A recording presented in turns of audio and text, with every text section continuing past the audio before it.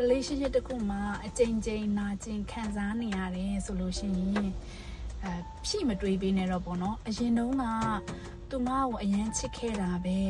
အရင်တုန်းကသူအရန်ကောင်းခဲ့တာပဲဆိုပြီးတော့လေဖြည့်မတွေးပေးနေတော့ပေါ့နော်လူတွေကအမြဲတမ်းပေါ့နော်ဘလောက်ပဲနာကျင်ခံစားနေရပါစေ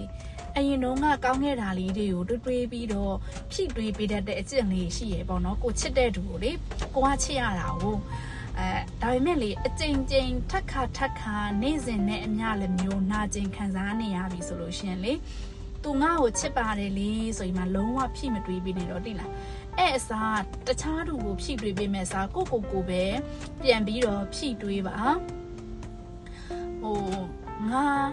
ဒီလူတယောက်အတွက်အကြိမ်ကြိမ်နာကျင်ခံစားနေရတာငါအတွက်ထိုက်တန်ရက်လာပေါ့နော်ငါဘာဖြစ်လို့လဲငါဘာဖြစ်နေလို့လဲဆိုပြီးမှကိုယ့်အနေကိုပဲကိုယ့်အတွက်ကိုပဲကိုပြန်ပြီးတော့ဖြည့်တွေးပေးပါပေါ့နော်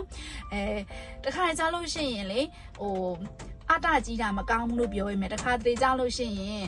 ကိုတိုင်းအတွက်တချို့တော့ကိစ္စတွေမှာအတကြီးလဲရတယ်လဲရှိတယ်ပေါ့နော်သူငါမရှိလို့ရှိရင်အဆင်ပြေပါမလားတွေပါတခါကျရင်တွေးမိနေတော့ကိုရှိနေတော့သူအဆင်ပြေနေလို့လားကိုရှိနေလို့သူအဆင်ပြေနေလို့လားကိုရှိနေခြင်း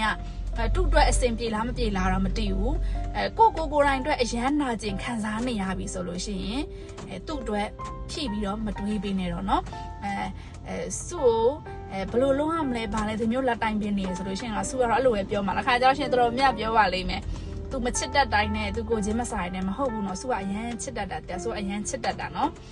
ဒါပေမဲ့စုကနာကျင်ခံစားနေရတာအချိန်ချင်းဖြစ်နေပြီဆိုလို့ရှိရင်ဖြည့်မတွေးပေးနဲ့တော့တခြားသူကိုဖြည့်တွေးမဲ့အစားကိုတိုင်းအတွက်ပဲဖြည့်တွေးပါလို့ပြောပြချင်တယ်เนาะစုချစ်ပေးနေကြတဲ့သူအားလုံးကိုကျေးဇူးအများကြီးတင်ပါတယ်လို့ပြောနေဒီဗီဒီယိုလေးကနေလို့ဆက်လက်ရပါတယ်ရှင်အားလုံးမတက်တာပါ